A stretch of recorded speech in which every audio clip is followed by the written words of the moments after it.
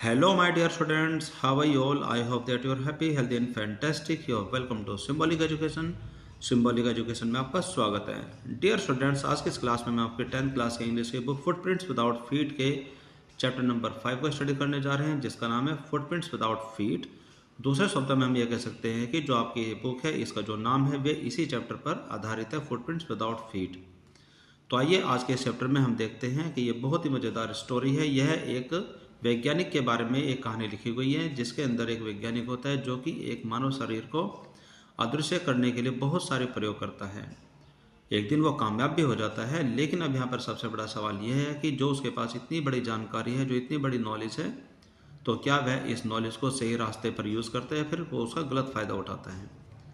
I hope कि आज का जो ये चैप्टर है आप एक एक बात को बड़े अच्छे से सुनेंगे और इसको सीखने की कोशिश करेंगे, और साथ साथ आप अपने इंग्लिश को भी इम्प्रूव करने की कोशिश करेंगे।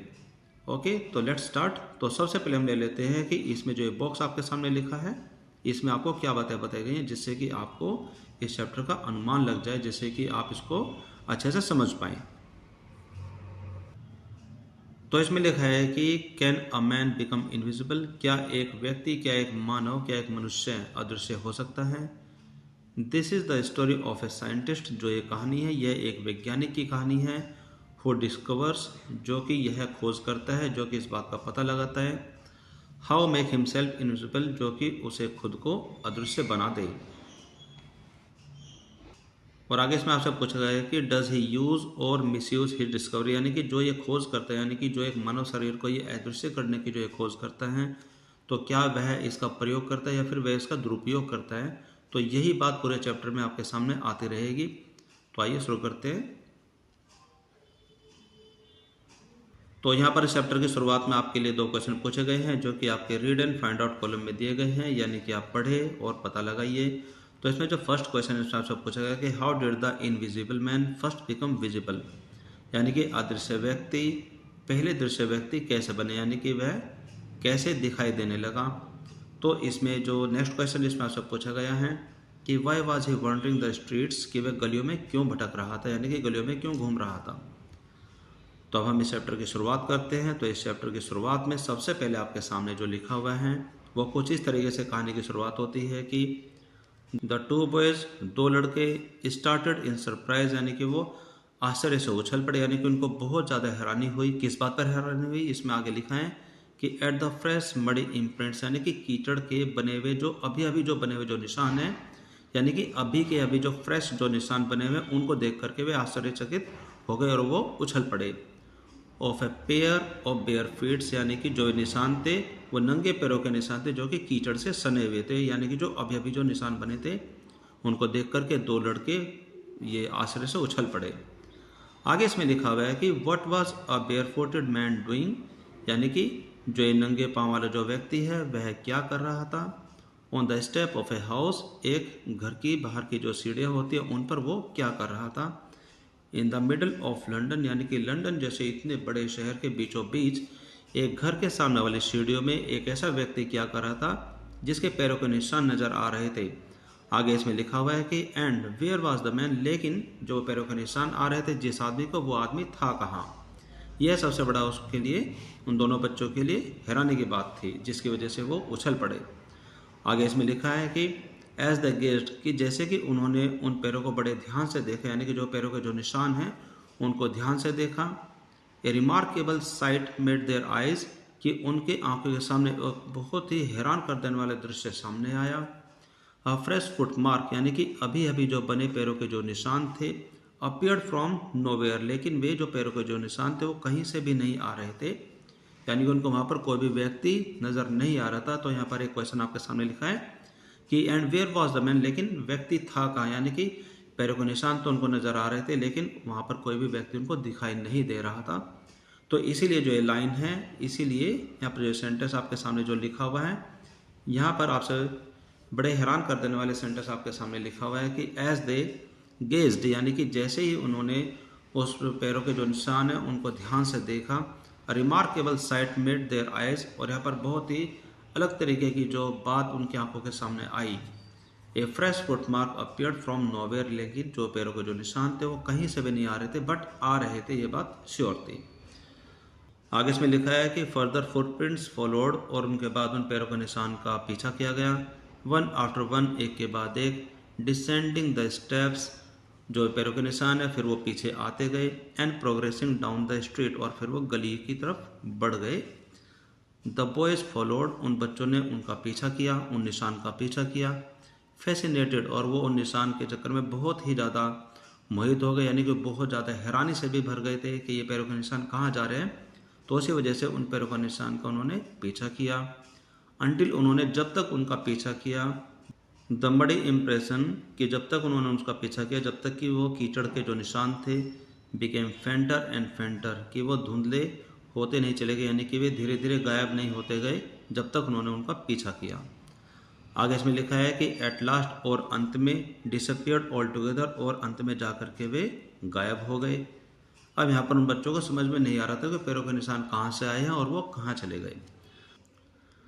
आगे इसमें लिखा है कि the explanation of the mystery, यानी कि जो है रहस्य था, इसकी व्याख्या वाज रियली सिंपल इनफ, बहुत ही सरल थी, यानी कि इस बात को समझना बहुत ही सरल था। आगे इसमें लिखा है द बेविल्डर्ड बॉयड, यानी कि जो हैरान जो बच्चे थे, यानी कि जो हक्के बक्के जो बच्चे थे जिन्होंने उन पैरों के जो निशान देखे थे, had been following a scientist, वे एक वैज्ञानिक का पीछा कर रहे थे, यानी कि जो पैरों के जो निशान थे वे एक वैज्ञानिक के निशान थे। हु हैड जस्ट डिस्कवर्ड, जिसने अभी अभी एक खोज निकाला था, यानी कि जिसने अभी अभी एक खोज की थी, how to make the human body transparent, यानी कि एक मानव शरीर को पारदर्शी कैसे बनाया, उस वैज्ञानिक ने यह खोज की थी। तो वे उसी वैज्ञानिक का पीछा कर रहे थे। अब इसमें होता क्या है, तो इसके अंदर आपको और भी बातें बताई जा रही हैं, बड़े ध्यान से आपको सुनने वाली बात है। तो इसमें लिखा है ग्रिफिन, यानी कि जो वैज्ञानिक था उसका नाम था ग्रिफिन। ग्रिफिन द साइंटिस्ट, यानी कि ग्रिफिन नाम का जो ये वैज्ञानिक था, had carried out experiment after experiment, कि वह प्रयोग के बाद प्रयोग करता रहता था, यानी कि उसने प्रयोग के बाद प्रयोग किया, टू प्रूव, यह साबित करने के लिए, that the human body could become invisible, कि जो मानव शरीर है वह भी अदृश्य हो सकता है। उसने यह बात साबित करने के लिए प्रयोग पर प्रयोग, बहुत सारे प्रयोग किए।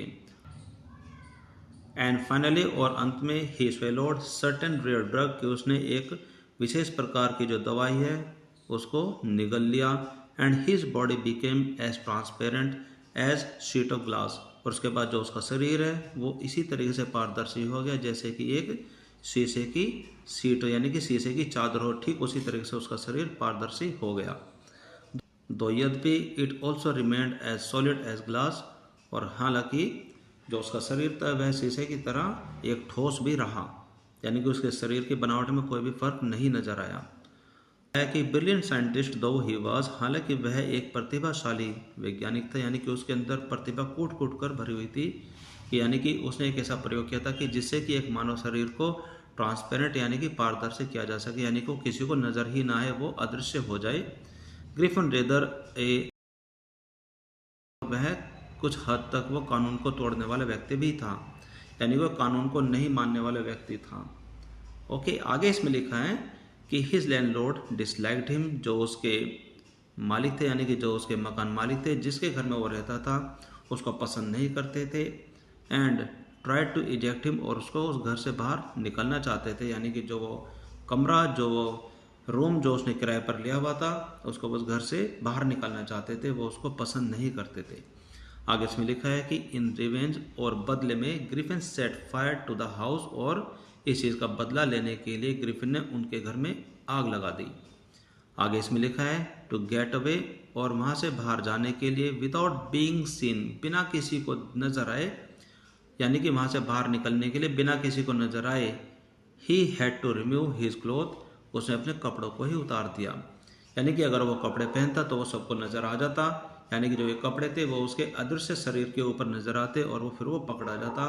तो बदला लेने के लिए उसने उस घर में आग लगा दी, और बिना किसी को नजर आए वहां से भागने के लिए उसने अपने कपड़ों को उतार दिया।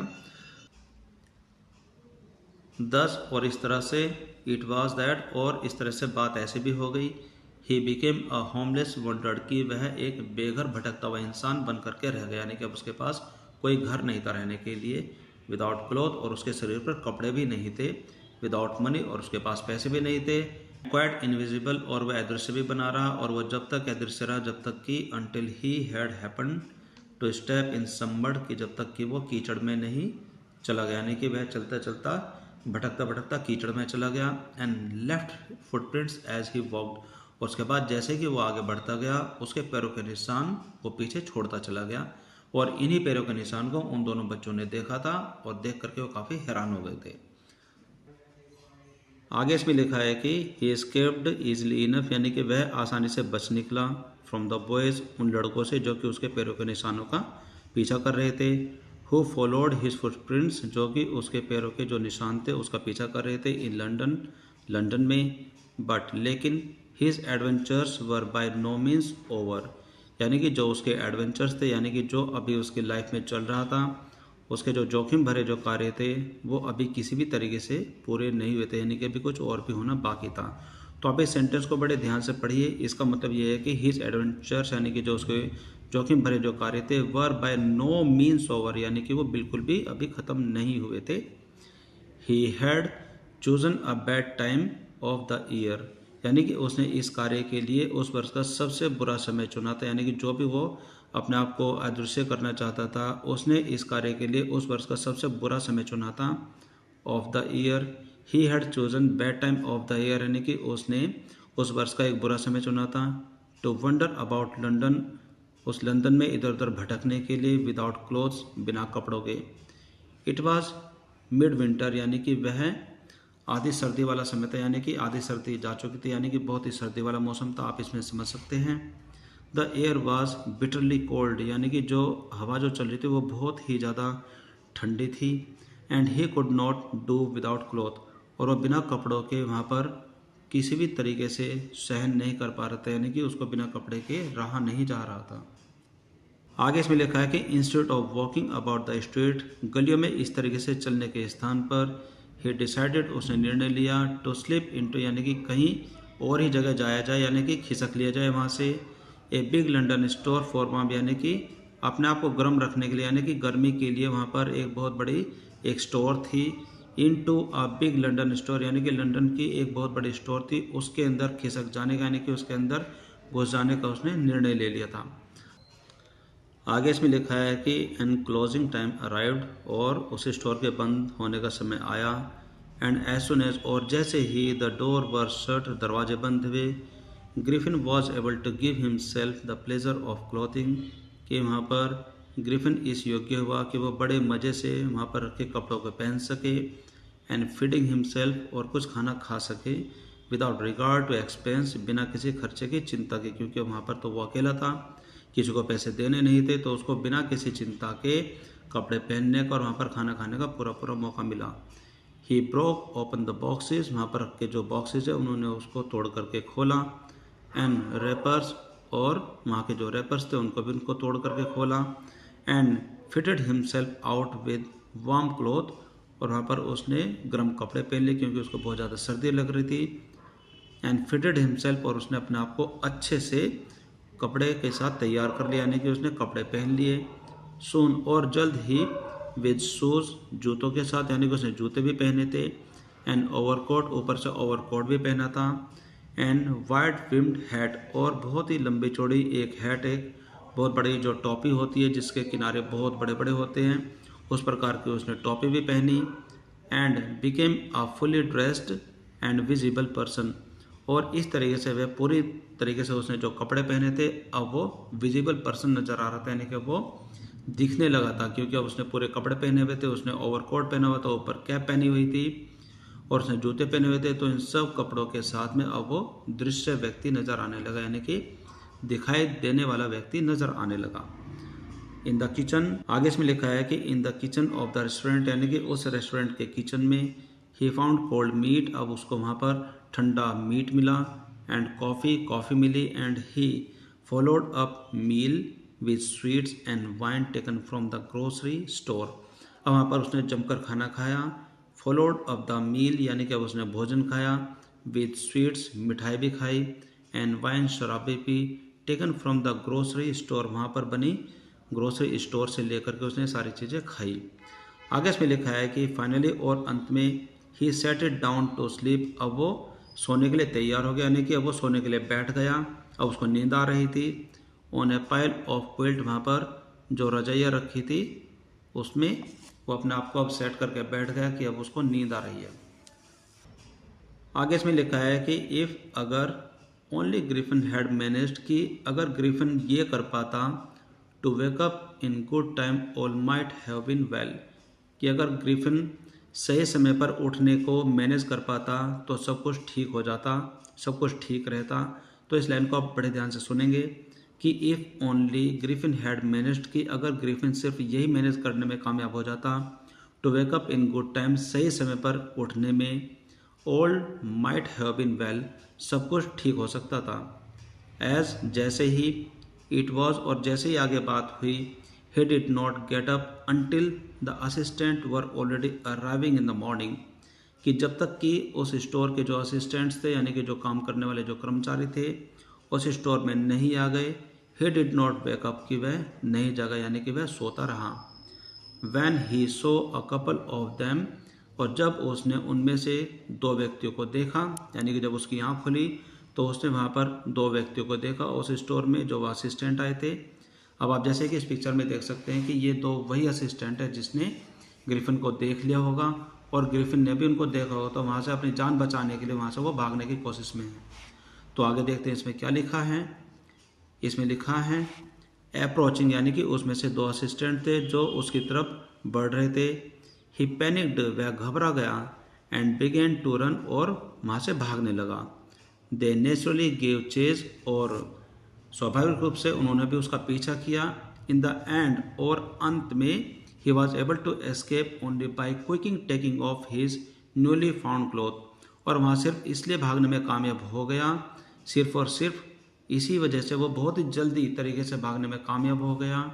Only by quickly taking of, कि वो बड़ी जल्दी से अपने कपड़ों को उतारने में अगर कामयाब हुआ तो ही वो वहाँ से वो भाग पाया। He is newly cloth found, यानी कि जो उसके नए नए कपड़े अभी मिले थे उनको वो उतार के ही भागने में कामयाब रहा। आगे इसमें लिखा है कि सो, इसलिए, once more he found himself invisible, और इसीलिए एक बार फिर से उसने खुद को अदृश्य पाया, यानी कि अब बिना कपड़ों के फिर से अदृश्य हो गया। But naked in chill January air, लेकिन साथ साथ उसने अपने आप को निवस्त्र भी पाया, यानी कि अब उसके शरीर पर कोई भी कपड़ा नहीं था। But naked in the chill January air, यानी कि जो जनवरी के जो ठंडी ठंडी जो हवा चल रही थी, जो पूरे सर्दी का मौसम था, आधी सर्दी जा चुकी थी, अब उसके शरीर पर कोई कपड़ा नहीं था। अब वो अदृश्य भी था, क्योंकि अगर वो कपड़े पहनता तो लोगों को नज़र आना शुरू हो जाता। तो अपनी जान बचाने के लिए उसने वहाँ पर भागते भागते जल्दी जल्दी वो जो कपड़े जो स्टोर में रखे थे वो पहने थे उनको जल्दी जल्दी उतारा, और तभी वो वहाँ से भागने में कामयाब हो गया। और अब उसे अपने आप को एक निवस्त्र व्यक्ति और अदृश्य व्यक्ति देखना पड़ा, यानी कि फिर से वो अदृश्य हो गया क्योंकि उसके बॉडी पर कोई कपड़े नहीं थे। एंड दिस टाइम, और इस बार, ही डिसाइडेड, उसने निर्णय लिया to try the stock of a theatrical company, यानी जो नाटक कलाकारों की जो कंपनी थी उसका जो सामान था, इस बार उसने उसको ट्राई करने का निर्णय लिया। In the hope of finding not only cloth but also something what would hide the empty space above his shoulder, यानी कि इस उम्मीद में, hopping of finding not only cloth, कि वहाँ पर सिर्फ कपड़े ही नहीं मिलेंगे, साथ साथ but also something that would hide, के साथ साथ उसको एक चीज़ ये भी मिलेगी कि वो छिपा सके the empty space above his shoulders, कि जो उसके कंधों से ऊपर का जो शरीर है यानी कि जो उसका सिर है उसको वो छिपा सके। शिवरिंग, कांपते हुए, विद कोल्ड, यानी कि सर्दी से कांपते हुए, ही हरीड, वह जल्दी से आगे बढ़ा, टू ड्ररी लेन, यानी कि वहाँ पर जो ड्ररी जो लेन थी वहाँ पर वो जल्दी से जल्दी गया क्योंकि वहाँ पर वो नाटक कलाकारों की कंपनी थी। The centre of the theatre world, he soon found the suitable shop, और जल्दी उसको वहाँ जा कर के एक उपयुक्त दुकान भी मिल गई। ही मेड हिज वे, अब उसने अपना रास्ता बनाया। इनविजिबल, अदृश्य, अपस्टेयर्स, फिर वो ऊपर चढ़ता है, एंड केम आउट, और फिर वो बाहर आया। अ लिटिल लेटर, थोड़ी देर के बाद फिर वो बाहर आया। Wearing bandage around his forehead, अपने माथे के चारों ओर पट्टियाँ बांधे हुए वो वापस आया। डार्क ग्लासेस, काला चश्मा पहने हुए, फाल्स नोज, एक नकली नाक को लगाते हुए, एंड बिग बसी साइड विस्कर, और घने लंबे बालों वाले साइड जो गलमुच्छे उनको लगाते हुए एंड ए लार्ज हैट और एक बड़ी सी कैप पहने हुए वो वापस आया। टू एस्केप भागने के लिए फ्रॉम बीइंग सीन यानी कि बिना दिखे वहाँ से भाग जाने के लिए ही कॉलेजली अटैक्ड द शॉपकीपर कि उसने शॉपकीपर बड़ी तेज़ी से हमला किया फ्रॉम बिहाइंड पीछे से। After which he robbed him और उसके बाद उसने दुकानदार को लूट लिया यानी कि उसके पैसे वैसे सब छीन लिए। Of all the money he could find यानी कि जितने भी पैसे उसको वहाँ पर मिल सकते थे उसके बाद उसने वो सारे पैसे लूट लिए। अब इस